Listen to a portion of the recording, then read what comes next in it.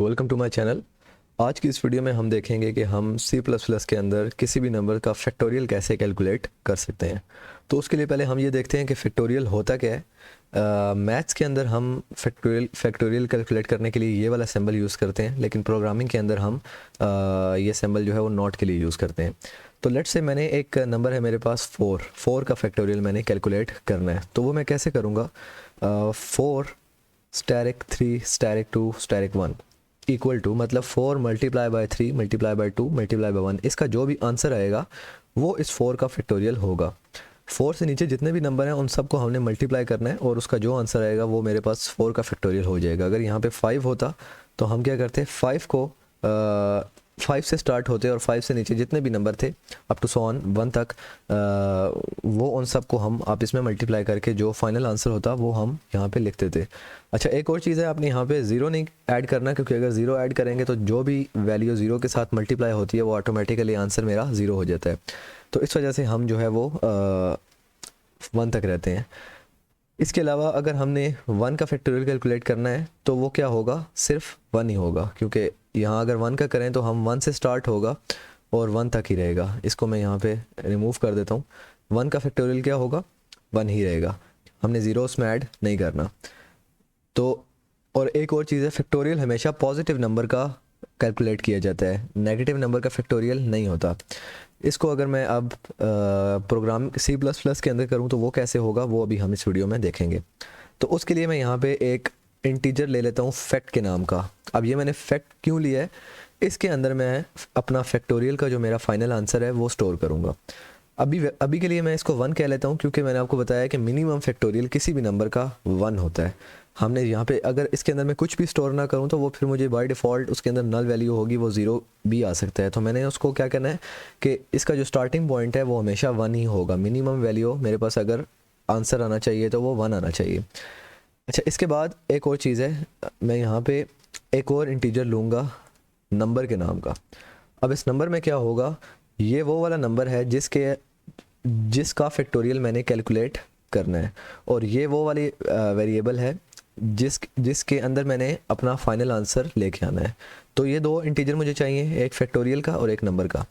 तो इसके बाद मैं यहाँ पे एक सी आउट स्टेटमेंट कहता हूँ कि please inter the positive number.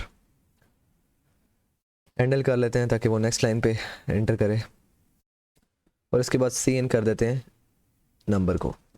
अब ये क्या करेगा कि ये बोल रहा है कि कोई भी पॉजिटिव नंबर इंटर करो, और उसके बाद मैंने इस नंबर को सी इन कर लिया। अब मैं कहता हूँ कि जो ये नंबर है, अगर अगर तो ये नंबर यूज़र, अब क्योंकि यूज़र इंटर करेगा तो यूज़र कुछ भी इंटर कर सकता है।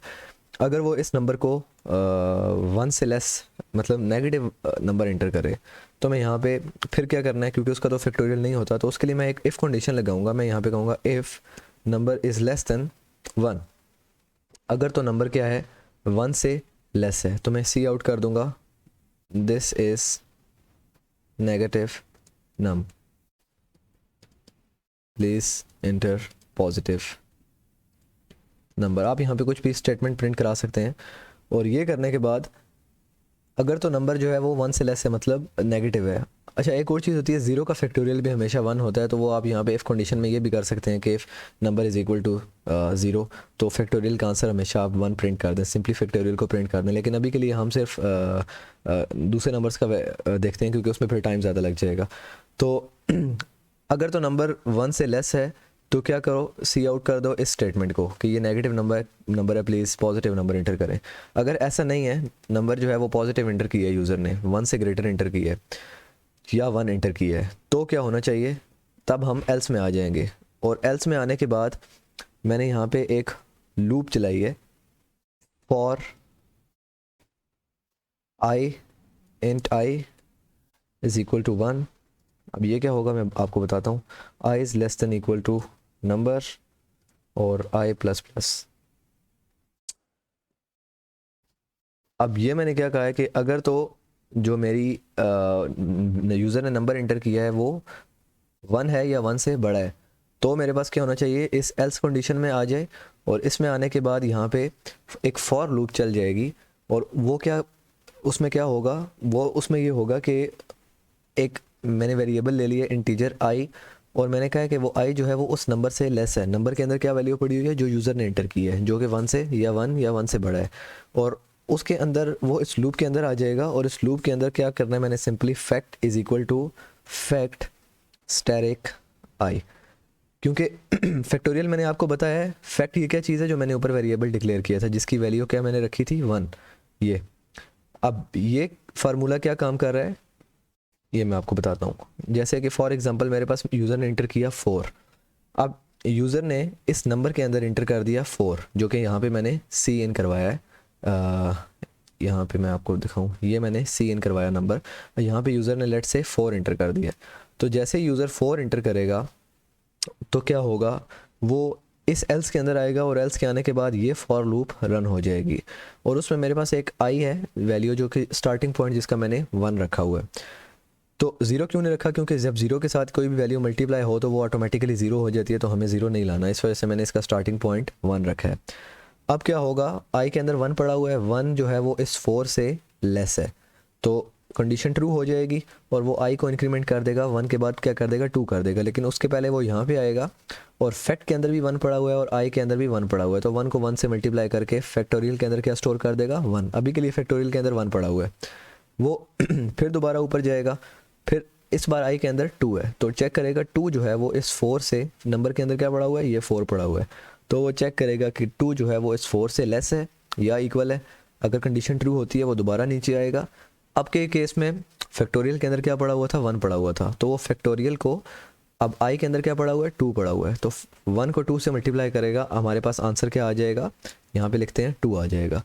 फिर वो ऊपर जाएगा, जाने के बाद यहाँ पे फिर चेक करेगा। अब के केस में आई क्या था, मेरे पास 3 है, क्योंकि यहाँ पे मैंने आई को इंक्रीमेंट किया है, तो वो 3 को चेक करेगा कि जो 3 है मेरा वो इस नंबर से लेस है। अब नंबर के अंदर क्या पड़ा हुआ है 4 पड़ा हुआ है, तो कंडीशन ट्रू हो जाएगी, वो दोबारा नीचे आ जाएगा। फिर वो क्या करेगा, फैक्टोरियल के अंदर मेरे पास ये 2 पड़ा हुआ था, इस 2 और आप इसमें आई के अंदर क्या है 3 है, 2 और 3 को आप इसमें मल्टीप्लाई करेगा तो 6 आंसर आ जाएगा। और अब के केस में फैक्टोरियल के अंदर क्या पड़ा हुआ है, इस 2 को हटा के हम यहाँ पे 6 लिख लेते हैं, तो 6 पड़ा हुआ है, फिर दोबारा ऊपर जाएगा।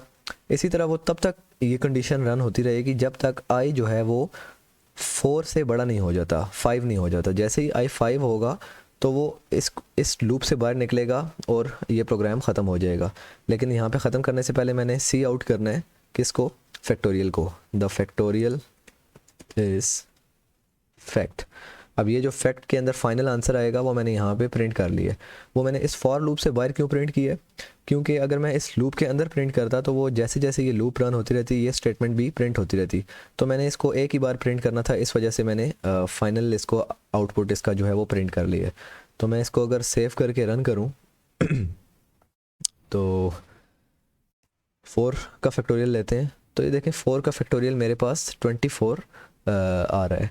अगर मैं यहाँ पे किसी और नंबर का फैक्टोरियल लूँ, दोबारा से रन करूँ और 3 का फैक्टोरियल लूँ, तो 3 का फैक्टोरियल मेरे पास 6 आ रहा है। 3 का फैक्टोरियल 6 कैसे आ रहा है, क्योंकि अगर हम देखें 3 is equal to 3 multiply by 2 multiply by 1, तो क्या आंसर आता है 3 मल्टीप्लाई बाय 2 6 और 6 मल्टीप्लाई बाय 1 6, तो 6 मेरे पास आंसर यहाँ पे आ जाता है। तो इस तरह हम किसी भी नंबर का फैक्टोरियल कैलकुलेट कर सकते हैं। ये काफ़ी सिंपल था। सिंपल इस फार्मूले को आपने देखना है और इस लूप का ख्याल करना है। और आई होप आपको ये जो फैक्टोरियल का टॉपिक है समझ आ चुका होगा। अगर इसमें कोई क्वेश्चन हुआ तो आप कमेंट सेक्शन में पूछ सकते हैं। तो मिलते हैं हम नेक्स्ट वीडियो में।